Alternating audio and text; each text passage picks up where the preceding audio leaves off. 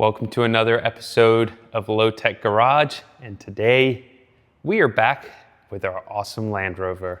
And for those of you that are new to the channel, this is our 2011 Land Rover L322, and as you may see in some of the older videos, we recently rebuilt the entire engine. And when I say that, I mean I tore this thing down to a short block and we rebuilt it from there back up with all factory parts, new timing gear, head gaskets, head bolts, etc.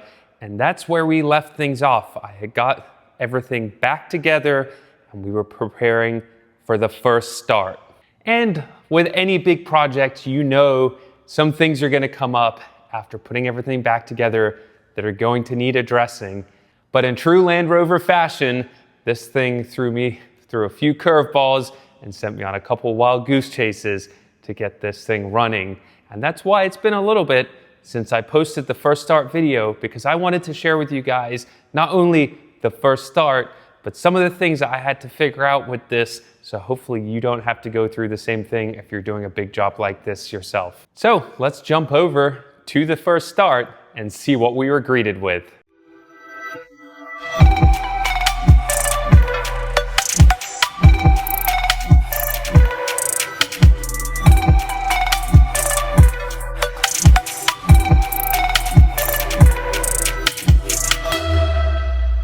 And the first thing that I ran into as soon as it started was an awful howling, screeching sound coming from the front of the motor. And I very quickly shut everything off and was extremely paranoid because I couldn't for the life of me think what could possibly be going on, especially as you saw in the previous rebuild video.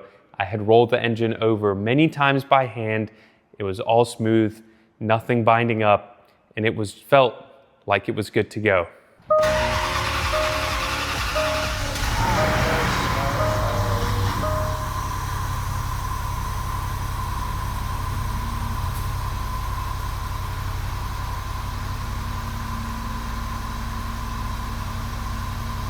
Uh-oh.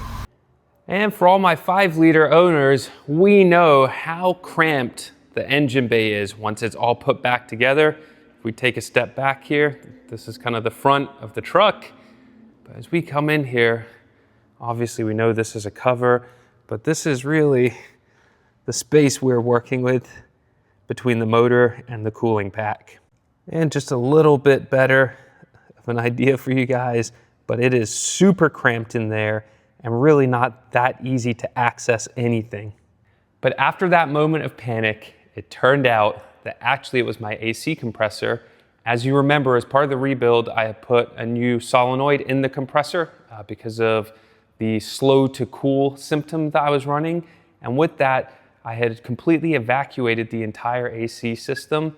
And I was going to charge it, but I guess when we did the first start, basically the whole system was making a very strange noise before we actually put the refrigerant back inside. So after overcoming that hurdle, getting the AC charged, and actually having AC that functions fantastically now for a small repair cost of less than $50, I felt like I had really overcome some of the hurdles with the first start. However, that's when I took the Land Rover for its first ride, and we were presented with restricted performance. Every Land Rover's owner's worst nightmare. So being faced with the dreaded restricted performance code that would not go away, I resorted to my SDD laptop. I plugged it in and was greeted with multiple misfire codes, which were indicative of some of the rough running symptoms that I was running into. And I was really, really worried that something was seriously wrong with the engine. And this is where I went on one of these side quests, and I actually did an entire separate video on this already, and this is all around the fuel system overhaul on the Range Rover here. With these misfires, I did some more digging and I realized, one, I was getting a low fuel pressure reading when you open the door on the Range Rover. I think the truck should be giving at least 60 or 70 PSI when you open the door. If you do the data logging on the live data, you should see that. And I was getting somewhere down in like the 40s. And so this was obviously significantly lower than it should be. And so I decided, as you'll see in the other video, if you want to get into more detail, to replace the low pressure fuel pump. Now I did this, however, the problem still persisted. And like I said, check the other video out to see all the other components of the fuel system that I decided to replace, chasing the fueling issue that I was running into. And this really is my lesson learned for you guys, to get to the root cause of the problem and weeks of waiting on parts, troubleshooting, hours in the shop. The actual issue, although the low fuel pressure did need to be addressed, was the one, what I would refer to as mistake I made in the rebuild process. I took all my injectors to a reputable shop and I had them rebuilt and serviced, because I think to replace all injectors is about $800 in one of these. And I was hoping to do it a little more on a budget. So I paid about 300 bucks and I had all of mine bench tested, cleaned, sonic cleaned. They came back with their little printouts, everything with a green light, good to go. And I had a dead or malfunctioning injector that I had put back in after the rebuild, and it was giving me this random misfire performance issue that I ended up replacing the entire fuel system trying to figure this out. I'm talking low pressure fuel pump, the filter, I did the high pressure fuel pumps, and in the end, I did brand new injectors and I did the fuel pressure regulator as well before I solved the issue. So as you can see, it ended up turning into a much more expensive mission to do this. At least I have the peace of mind that I do have a completely brand new fuel system. However, my recommendation to you when doing this job, especially if you're over 100,000 miles, spend the money, get brand new OEM fuel injectors, and save yourself the heartburn. And this brings us to where we are today. And I thought I'd show you guys this. So this is the coolant overflow reservoir, and you can see it is slightly over full. This is from when I did the rebuild. So I have actually done 1,400 miles in the Range Rover since we rebuilt the engine, and you guys last saw the video, and the coolant level is still staying overfilled. To me, this is a huge victory. One, because that means our head gaskets are good. And honestly, after putting that amount of work in, I was so nervous that if we had another head gasket issue, the amount of work I could potentially have to redo, or what the future of the truck held. So seeing that is awesome. And equally, there's so many different coolant hoses that have to be replaced and connected as part of the job. I overfilled the system expecting to have some leaks. And now, like I said, after 1,500 miles, it's holding rock solid, which is awesome. And that brings us to today and what is going on with the Range Rover. Now, like I said, I've got 1,500 miles on it. I can drive it. It's been behaving. The engine rebuild has been a success, but I bought this extremely cheap, knowing it had some issues.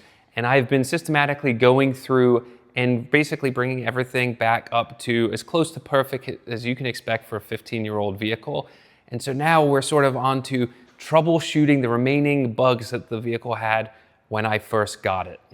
And so those bugs that are left right now are two things, and they're gonna kind of get resolved probably in the same upcoming video series, so you'll see a new video coming on this.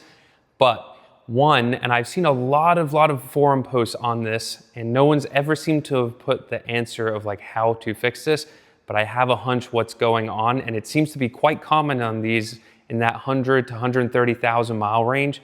It's when you're at a stoplight and you're in drive, there's this pretty strong vibration that comes through the cabin, and it feels like a driveline vibration. Now, on most cars, that's indicative of a worn transmission mount. As you guys know in the engine rebuild video, I already put brand new OEM motor mounts in this, and honestly, there's been no change. I believe that I am dealing with a failing torque converter. This is a somewhat common thing on these ZF6 speeds. I actually had to do it on my last Jag as well. And so what we're gonna be doing is dropping the transmission. We're gonna put a brand new rebuilt torque converter in. Obviously gonna do a transmission fluid flush, new pan and filter. We'll change the transfer box fluid at the same time. And I'm very hopeful that that resolves the vibration and equally some of the jerky shifting that has existed as well. So obviously that's another big job. It's gonna be its entirely own video series, but wanted to let you guys know that's coming because I think it'll help a lot of you guys out that have chased this problem in the past, and we'll get into more details with that as well. And the one other item that I'm gonna be resolving is I have a CAT efficiency code. Now I've run multiple sets of fuel cleaners through the fuel system to no avail. I've put a new set of O2 sensors up and downstream on the truck, and it still comes back. I would say it has improved, but after about 30 miles of driving, I still get the same code. And another telltale sign that I have an issue with one of my cats is the exhaust really stinks. And I believe that I just have a failed cat in here. It's not ideal. I'm researching the best solution on how to resolve this. Do I just get a new cat welded in? I'm also looking around because it's basically a one-piece exhaust system on these L322s from the exhaust collector all the way to the back. If a local junkyard has a complete exhaust that's OEM at a good price, I may just put one of those on because the transmission's gonna be out, the exhaust is gonna be out of the way. It would just be perfect time to resolve that as well. So as you can see, there are still plenty of things to do on the Range Rover, but I did want to update you guys that I did get it running. It did give me some surprises. It has really delayed getting this video out, but I didn't want to pretend like my build was a success. I wanted to get it rebuilt. I wanted to troubleshoot these issues and be able to give you guys answers on things to look out for so that you don't encounter them if you do this job yourself. And equally to know you can do it yourself, but you have to be patient and look out for some of these pitfalls along the way. And like I said to you guys, I got this Range Rover extremely cheap.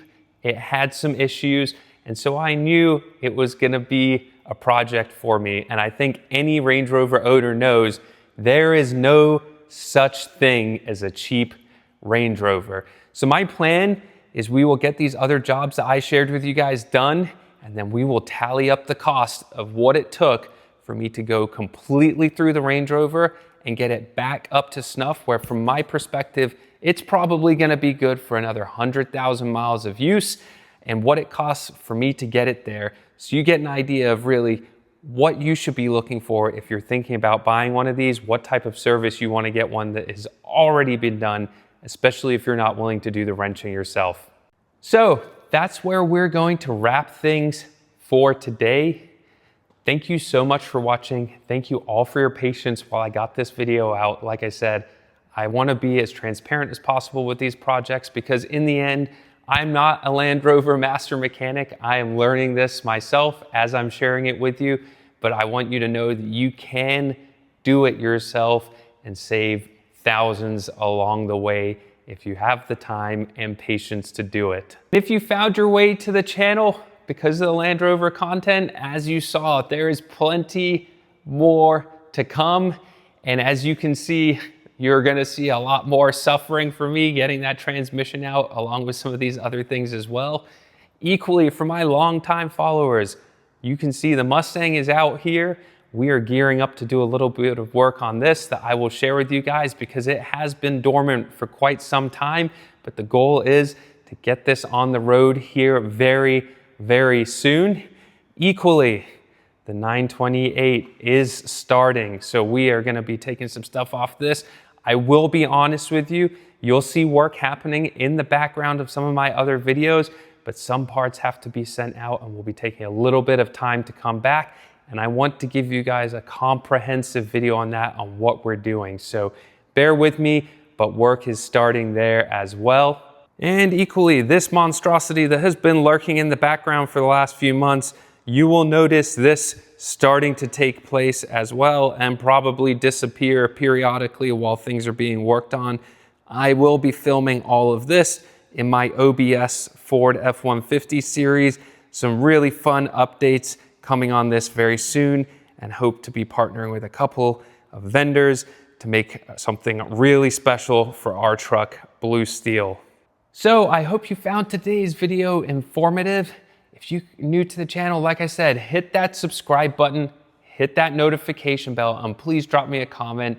I'd love to hear your Land Rover war stories, because I think we all have them at this point, and I do my best to respond to all of you, and I really appreciate all of your feedback as well.